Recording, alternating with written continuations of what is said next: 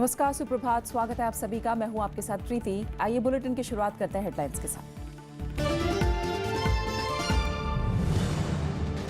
जम्मू कश्मीर के शोपियां में अदालत परिसर में आतंकी हमला, सुरक्षा दस्ते से छीने हथियार, तलाशी अभियान तेज।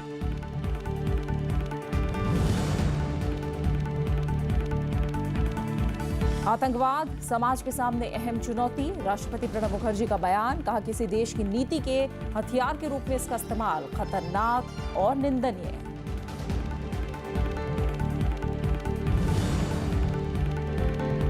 आधार को अनिवार्य बनाने से 50,000 करोड़ की बचत, सुप्रीम कोर्ट में केंद्र का जवाब। फर्जी पैन कार्ड पर रोक के लिए जरूरी।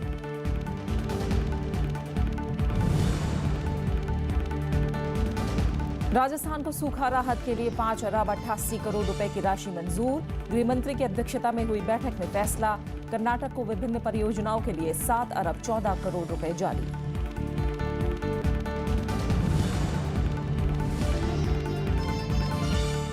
और इराकी सीमा से सटे सीरिया के शरणार्थी कैंप पर आत्मघाती हमला, 10 सैनिकों समेत 46 की मौत। आईएस ने ली जिम्मेदारी। जम्मू कश्मीर के शोपियां जिले में कल रात आतंकवादियों ने अदालत परिसर में हमला किया और सुरक्षा में तैनात पुलिसकर्मियों से हथियार छीन लिए। बीती रात करीब 9 बजे यह हमला हुआ। आतंकवादियों ने अदालत परिसर के गार्ड रूम में तैनात पुलिसकर्मियों से 5 SLR बंदूकें छीन ली। आरोप है कि जिस वक्त ये बंदूकें छीनी गईं तब पुलिसकर्मियों ने कोई प्रतिरोध नहीं किया, जिसके चलते उन्हें सेवा में कथित कोताही बरतने के आरोप में निलंबित कर दिया गया है। राइफल छीने जाने की घटना के बाद जिले में अलर्ट जारी कर दिया गया है। एक दिन पहले ही आतंकवादियों ने पड़ोसी जिले कुलगाम में कैश वैन लूट को अंजाम दिया था, जिस दौरान आतंकवादियों ने 5 पुलिसकर्मियों समेत 7 लोगों को गोली मार दी थी। पुलिस का मानना है कि दोनों घटनाओं में आतंकियों का एक ही गुट शामिल है। वहीं जम्मू कश्मीर के राज्यपाल NN वोहरा मंगलवार को गृह मंत्री राजनाथ सिंह से मिले। बैठक में कश्मीर में हालात सामान्य करने के उपायों पर चर्चा हुई।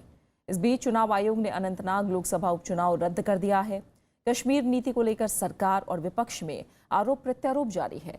इस बीच रक्षा मंत्रालय का अतिरिक्त प्रभार संभाल रहे वित्त मंत्री अरुण जेटली ने प्रधानमंत्री से मुलाकात करके ताजा हालात की जानकारी दी। कश्मीर में तनाव के बीच राज्यपाल NN वोहरा ने मंगलवार को गृह मंत्री राजनाथ सिंह से मुलाकात की। 40 मिनट चली बैठक में घाटी में तनाव घटाने के उपायों पर चर्चा हुई। साथ ही सीमा पार घुसपैठ, अलगाववादियों की गतिविधियां और छात्रों के प्रदर्शन पर भी विस्तार से चर्चा हुई। चुनाव आयोग ने 25 मई को होने वाला अनंतनाग लोकसभा उपचुनाव रद्द कर दिया है। कानून व्यवस्था की खराब स्थिति और पर्याप्त सुरक्षा बल नहीं मिलने के बाद ये फैसला लिया है।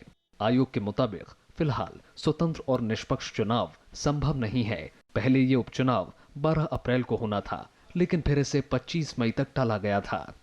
कांग्रेस ने कश्मीर में सभी पक्षों से बात नहीं करने की सरकार की नीति पर सवाल उठाए हैं। जो अभी की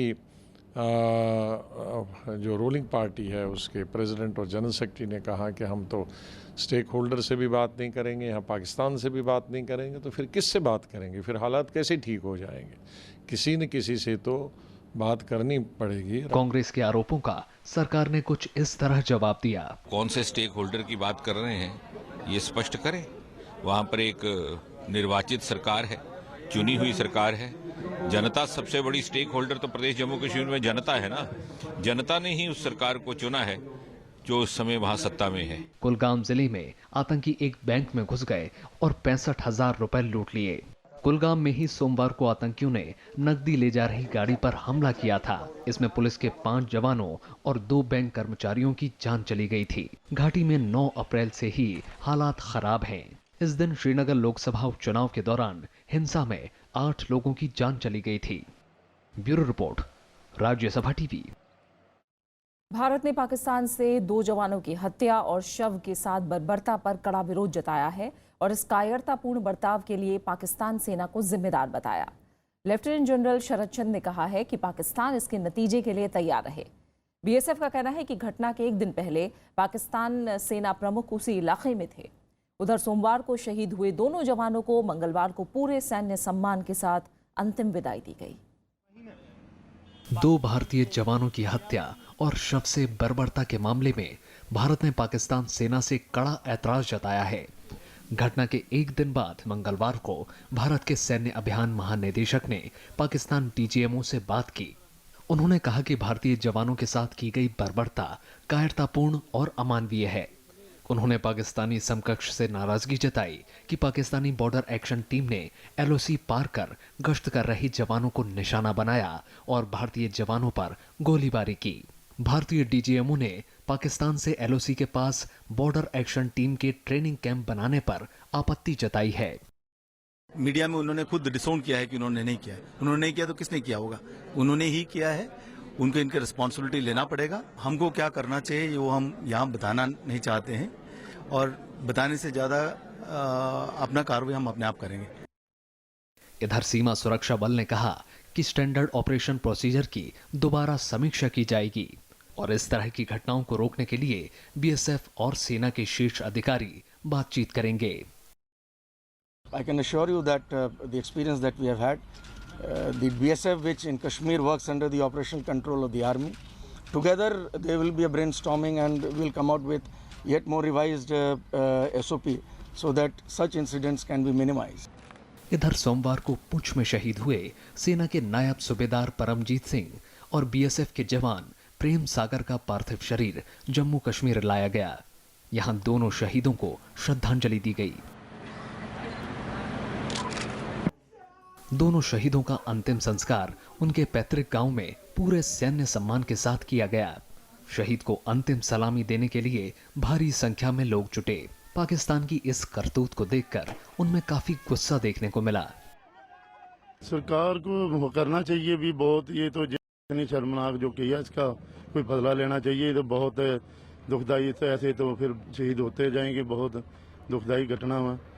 कांग्रेस समेत दूसरे दलों ने सीमा पर बार बार ऐसी घटनाओं पर चिंता जताई है और सरकार पर कड़ा रुख नहीं दिखाने का आरोप लगाया है। I want to protect the national interest, national security, and also I want to protect the prestige, morale, respect of the Indian Army. It put a question mark about the security structure in the border. Our jawans are being killed and now mutilated. It is not going to get lessened or it is not going to be solved. And so far the government's policies have utterly failed. सरकार का कहना है कि सेना पाकिस्तान की इस हरकत का करारा जवाब देगी। देश प्रभावी रूप से इसका उत्तर पहले भी दिया है और जब सेना ने स्पष्ट कहा है कि इसका उचित और प्रामाणिक उत्तर दिया जाएगा तो हमें सेना के साहस पर विश्वास करना चाहिए। आज का समय राजनीतिक बहस और आरोप प्रत्यारोप का नहीं है। जम्मू कश्मीर के पुंछ जिले में सोमवार को नियंत्रण रेखा के पास पाकिस्तान सेना का एक दल भारतीय सीमा में घुसकर 2 सैनिकों की जान लेकर शव के साथ बर्बरता की थी और पाकिस्तानी सेना ने कृष्णा घाटी क्षेत्र में 2 भारतीय चौकियों पर रॉकेट और मोर्टार से भी फायरिंग की थी।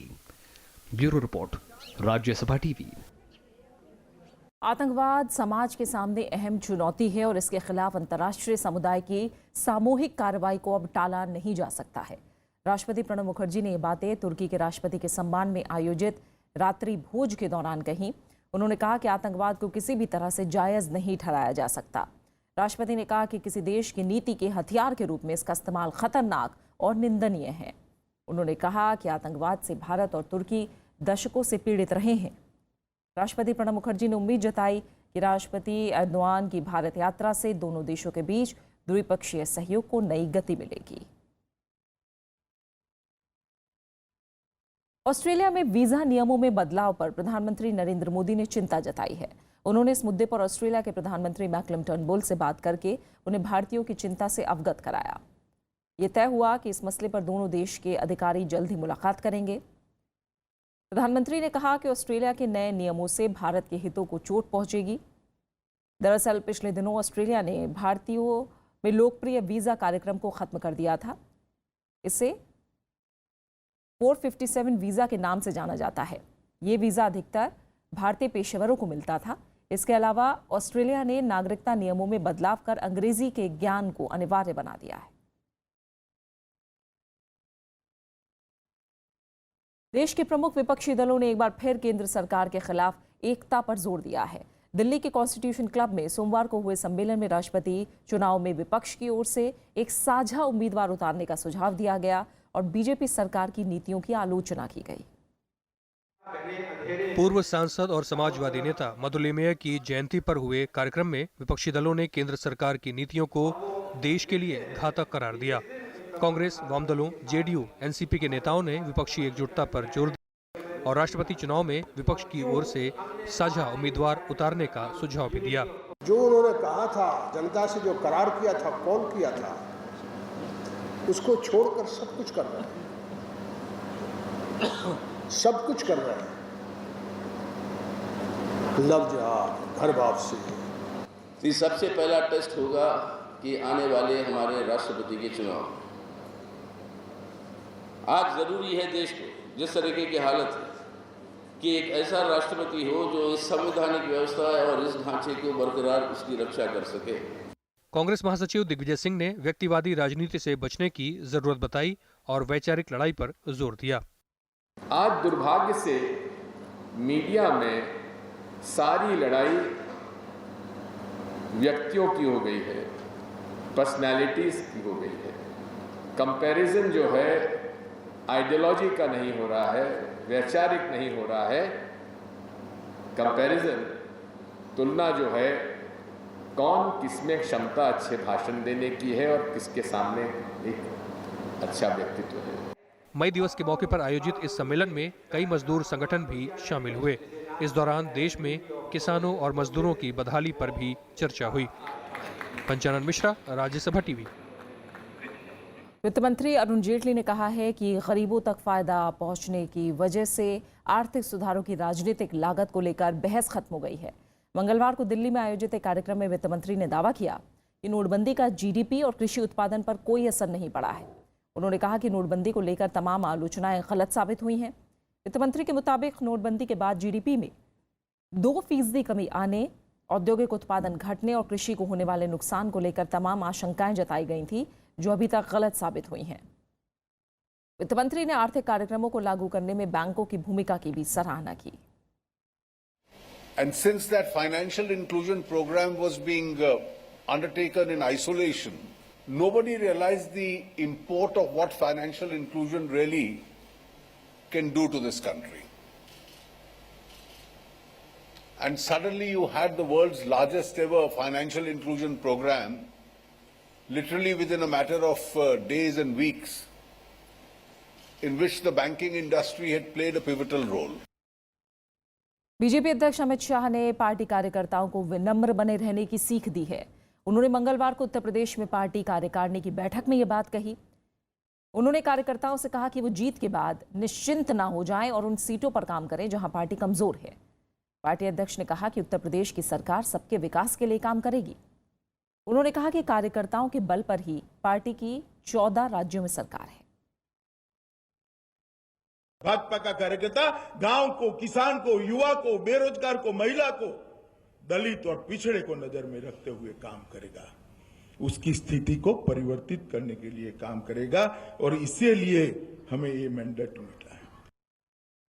आम आदमी पार्टी के नेता कुमार विश्वास ने पार्टी विधायक अमानतुल्लाह खान पर कार्रवाई नहीं होने पर नाराजगी जताई है। उन्होंने कहा कि वो पार्टी में कोई पद लेने के लिए नहीं आए थे और पार्टी में अपने भविष्य के बारे में जल्द फैसला करेंगे। उधर मनीष सिसोदिया ने इस मुद्दे को निजी लड़ाई नहीं बनाने की नसीहत दी। आम आदमी पार्टी में संकट गहरा हो गया है। पार्टी नेता कुमार विश्वास ने पार्टी के नेतृत्व पर सवाल उठाए हैं। कुमार विश्वास ने कहा कि जिस तरह से अमानतुल्लाह ने उन पर आरोप लगाए हैं, अगर अरविंद केजरीवाल या मनीष सिसोदिया पर लगाए होते तो अब तक अमानतुल्लाह को पार्टी से बाहर का रास्ता दिखा दिया होता। विधायक कह रहे थे जी बिल्कुल निकलना चाहिए, कार्यकर्ता कह रहे थे, पर कल जब उसने दोबारा बोला तब मुझे लगा कि ये रामविलास पासवान जी की पार्टी में से आया हुआ पहली बार का विधायक नहीं बोल रहा, ये सिर्फ मुखौटा है, इसके पीछे से कोई और बोल रहा है। मनीष सिसोदिया ने कुमार विश्वास को सलाह दी है कि वो इस मामले को निजी लड़ाई ना बनाएं। उनसे किसी ने किसी भी बात पे माफी मांगने के लिए नहीं कहा है। अब कुमार इसको पर्सनल लड़ाई बना रहे हैं। आम आदमी में पार्टी के विधायक अमानतुल्लाह खान ने कुमार विश्वास पर पार्टी तोड़ने के गंभीर आरोप लगाए थे। विवाद बढ़ता देख अमानतुल्लाह खान ने पार्टी की पॉलिटिकल अफेयर्स कमेटी से इस्तीफा दे दिया, लेकिन वो अपनी बात पर अड़े रहे और उन पर कार्रवाई नहीं होने से कुमार विश्वास नाराज हैं। अनु दीवान, राज्यसभा टीवी। केंद्र सरकार ने राजस्थान को सूखा राहत के लिए 5 अरब 88 करोड़ रुपए की राशि मंजूर की है। एक उच्च स्तरीय समिति की बैठक में ये फैसला लिया गया। बैठक की अध्यक्षता गृह मंत्री राजनाथ सिंह ने की। बैठक में वित्त मंत्री अरुण जेटली भी उपस्थित थे। समिति ने यह फैसला अंतर मंत्रालय केंद्रीय दल की रिपोर्ट के आधार पर किया है। वहीं एक दूसरे फैसले में केंद्रीय शहरी विकास और आवास और शहरी गरीबी उन्मूलन मंत्री एम वेंकैया नायडू ने कर्नाटक के लिए 7 अरब 14 करोड़ रुपए जारी किए हैं। ये राशि स्मार्ट सिटी मिशन, शहरी कायाकल्प और बदलाव के लिए अटल मिशन, स्वच्छ भारत मिशन और प्रधानमंत्री आवास योजना लागू करने के लिए दी गई है। गृहमंत्री राजनाथ सिंह और वित्त मंत्री अरुण जेटली समेत केंद्र सरकार में शीर्ष मंत्रियों ने प्रस्तावित लोकपाल के क्रियान्वयन से संबंधित मुद्दों पर कल चर्चा की। ये बैठक ऐसे वक्त में हुई जब सुप्रीम कोर्ट ने गुरुवार को कहा था कि लोकपाल लागू करने योग्य कानून है और इसे लंबित रखना सही नहीं है। बैठक में लोकपाल के क्रियान्वयन से जुड़े कुछ मुद्दों पर चर्चा हुई। बैठक में कानून मंत्री रविशंकर प्रसाद और कार्मिक राज्य मंत्री जितेंद्र सिंह भी मौजूद थे। यूपीए सरकार ने कुछ श्रेणी के लोक सेवकों के भ्रष्टाचार के मामलों की जांच के लिए केंद्र में लोकपाल और राज्यों में लोकायुक्त गठित करने के लिए संसद में एक विधेयक पेश किया था। केंद्र लोकसभा में विपक्ष के नेता की गैर मौजूदगी के चलते लोकपाल और लोकपाल के सदस्य चुनने में मुश्किल का सामना कर रहा है। कानूनन लोकपाल की नियुक्ति के लिए प्रधानमंत्री के नेतृत्व वाली चयन समिति में लोकसभा अध्यक्ष, नेता प्रतिपक्ष, मुख्य न्यायाधीश या उनके जरिए नामित उच्च न्यायालय के न्यायाधीश और राष्ट्रपति द्वारा नामित एक प्रतिष्ठित न्यायविद का होना जरूरी है। लेकिन फिलहाल लोकसभा में कोई भी नेता प्रतिपक्ष नहीं है। आप बने रहिए हमारे साथ, लौट रहे एक छोटे से ब्रेक के बाद।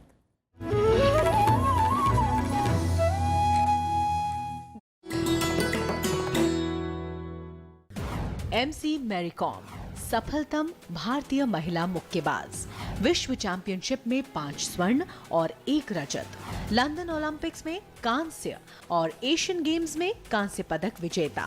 5 फीट 2 इंच लंबी मैरी को किया जाता है दुनिया की सफलतम महिला मुक्केबाजों में शुमार। खेलों में वरिष्ठ योगदान के लिए उन्हें मिले हैं पद्म भूषण, अर्जुन अवार्ड और राजीव गांधी खेल रत्न पुरस्कार।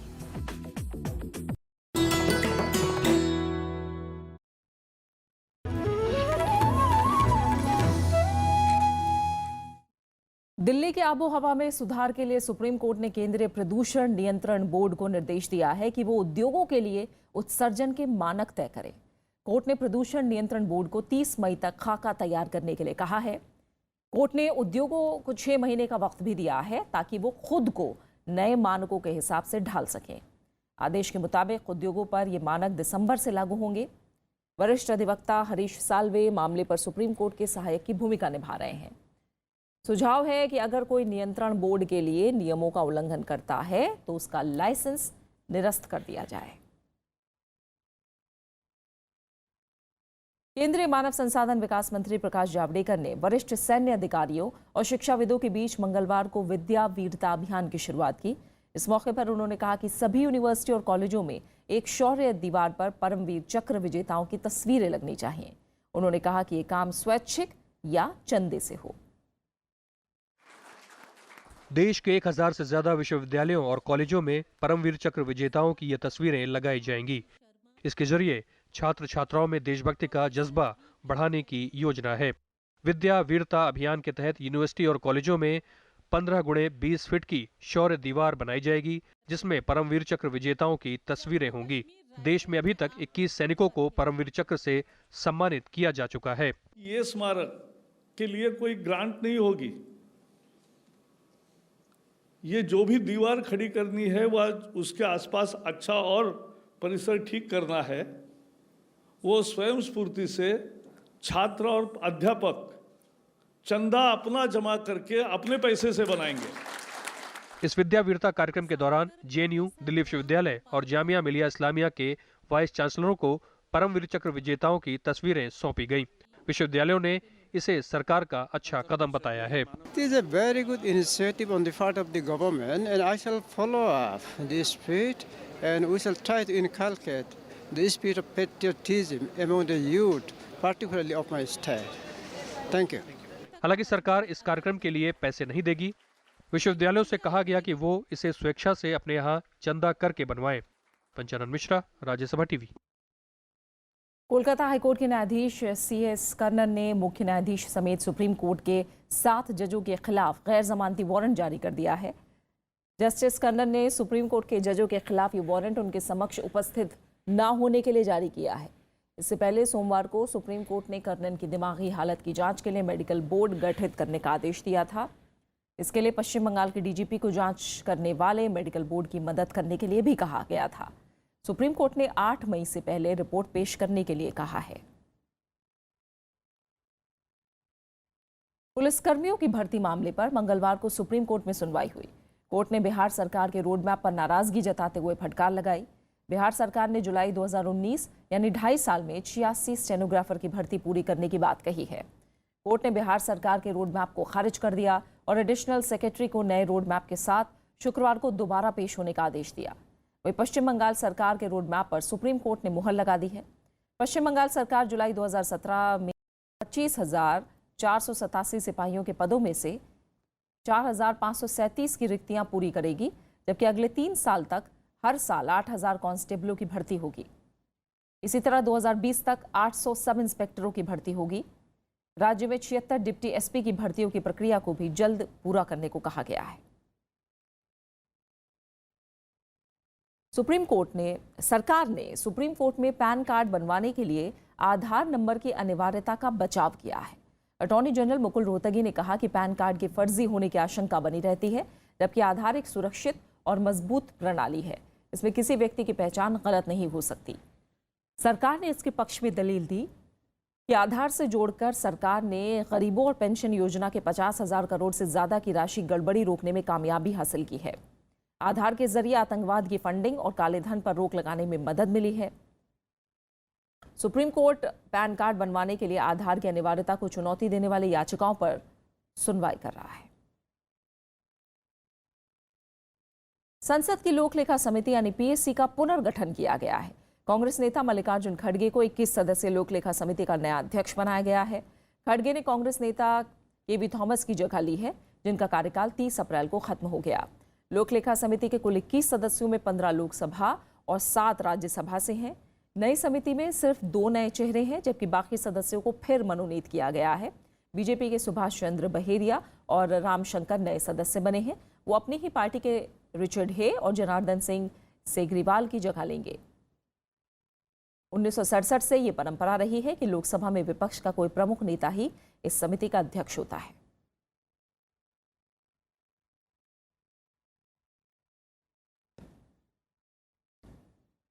मध्य प्रदेश में विधानसभा का 1 दिन का विशेष सत्र आज बुलाया गया है। GST बिल को मंजूरी देने के लिए बुलाई गई आज की बैठक बजट सत्र का ही हिस्सा होगी। इसके साथ ही सत्र में नर्मदा नदी को जीवित व्यक्ति का दर्जा देने का संकल्प भी पेश होगा। दूसरी तरफ उत्तराखंड विधानसभा के 2 दिवसीय विशेष सत्र में वस्तु और सेवा कर विधेयक सर्वसम्मति से पारित हो गया। उत्तराखंड 5वां राज्य है जहां GST विधेयक को पारित कर दिया गया है। GST लागू होने के साथ ही उत्तराखंड में 17 तरह के टैक्स की व्यवस्था खत्म हो जाएगी। इसके अलावा उत्तर प्रदेश में भी GST विधेयक के मसौदे को मंत्रिमंडल ने मंजूरी दे दी है। इसे राज्य विधानमंडल के 15 मई से शुरू होने वाले सत्र में पारित कराया जाएगा।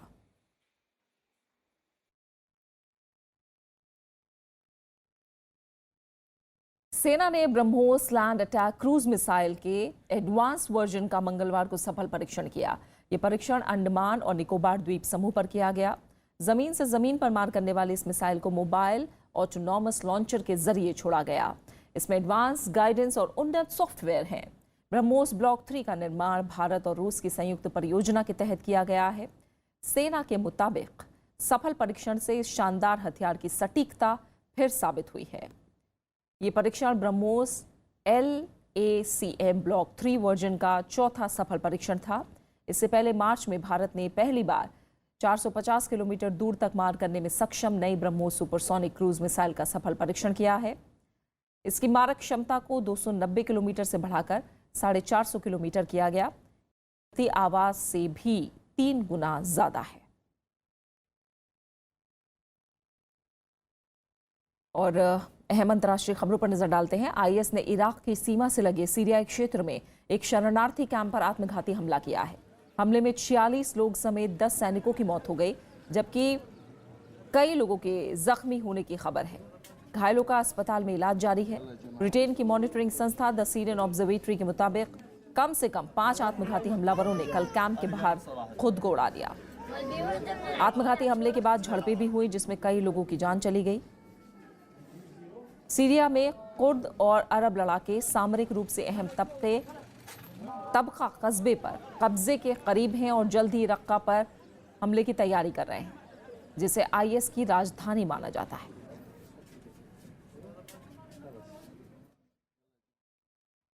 आज देश के तीसरे राष्ट्रपति और महान शिक्षाविद डॉक्टर जाकिर हुसैन की पुण्यतिथि है। 8 फरवरी 1897 को हैदराबाद में उनका जन्म हुआ था। उन्होंने जर्मनी की बर्लिन यूनिवर्सिटी से अर्थशास्त्र में पीएचडी की थी। डॉक्टर जाकिर हुसैन ने जामिया मिलिया इस्लामिया विश्वविद्यालय की स्थापना में सक्रिय योगदान दिया था। उनकी अध्यक्षता में विश्वविद्यालय शिक्षा आयोग का गठन किया गया था। उन्होंने शिक्षा और समाज से जुड़ी कई किताबें लिखी। वो कई संस्थाओं में जुड़े रहे। 1962 में वो उपराष्ट्रपति बने। 1969 में राष्ट्रपति रहते उनका निधन हुआ था। कहते हैं कुछ लोग वक्त के सांचों में ढल जाते हैं और कुछ लोग वक्त के सांचे बदल जाते हैं। जाने मानी अभिनेत्री और पूर्व राज्यसभा सांसद नरगिस दत्त ऐसी ही अदाकारा थीं, जिन्होंने अपने बहुआयामी व्यक्तित्व से समय की नई इबारत को गढ़ा। आज उनकी पुण्यतिथि है। आइए याद करते हैं गुजरे जमाने की इस मशहूर अदाकारा को। दिल मत वाला लाख संभाला फिर भी किसी पर आ ही गया। दिलकश सादगी, बेजोड़ अभिनय और शानदार व्यक्तित्व, नरगिस की शख्सियत की तमाम खूबियां थीं। रुपहले पर्दे पर ब्लैक एंड व्हाइट फिल्मों का दौर रहा या रंगीन फिल्मों का, नरगिस की अदाकारी हर दौर में बेमिसाल रही। फिल्मी सफर की शुरुआत नरगिस ने बाल कलाकार के रूप में तलाश-ए-हक फिल्म से की। इसके 8 साल बाद 1942 में बतौर अभिनेत्री उनकी पहली फिल्म तमन्ना आई। राज कपूर के साथ उनकी फिल्मों आह, बरसात, अंदाज, आवारा, श्री 420, चोरी चोरी, जागते रहो ने फिल्मी रोमांस को नई परिभाषा दी। 1957 में आई मदर इंडिया में उन्होंने कालजयी अभिनय किया। महबूब खान की इस फिल्म को सदी की महान फिल्मों में शुमार किया जाता है। भारतीय सिनेमा के इतिहास में पहली बार अकादमी पुरस्कार के लिए नरगिस को ही श्रेष्ठ अभिनेत्री का नामांकन मिला। इस फिल्म के बाद उन्होंने 1958 में सुनील दत्त से शादी कर ली। 1960 में आई रात और दिन उनकी आखिरी फिल्म थी। इसमें बेहतरीन अदाकारी के लिए उन्हें राष्ट्रीय पुरस्कार से नवाजा गया। हिंदी फिल्मों के इतिहास में वो पद्मश्री पुरस्कार से सम्मानित होने वाली पहली अभिनेत्री भी रहीं। 1980 में नरगिस को राज्यसभा सांसद नामित किया गया, लेकिन कैंसर की बीमारी के कारण 3 मई 1981 को उन्होंने दुनिया को अलविदा कह दिया। Bureau report, Rajya Sabha TV. और आखिर में हेडलाइंस। जम्मू कश्मीर के शोपिया में अदालत परिसर में आतंकी हमला, सुरक्षा दस्ते से छीने हथियार, तलाशी अभियान तेज। आतंकवाद समाज के सामने अहम चुनौती, राष्ट्रपति प्रणब मुखर्जी का बयान। कहा किसी देश की नीति के हथियार के रूप में इसका इस्तेमाल खतरनाक और निंदनीय।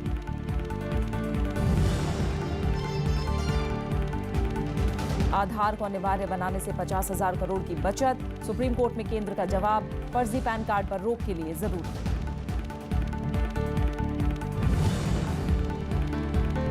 राजस्थान को सूखा राहत के लिए 5 अरब 88 करोड़ रुपए की राशि मंजूर। गृह मंत्री की अध्यक्षता में हुई बैठक में फैसला। कर्नाटक को विभिन्न परियोजनाओं के लिए 7 अरब 14 करोड़ रुपए जारी।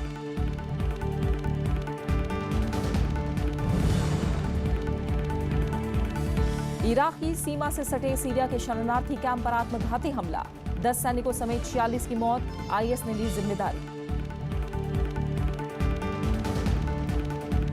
और फिलहाल इस बुलेटिन में इतना ही। आगे देखिए देश देशांतर। नमस्कार।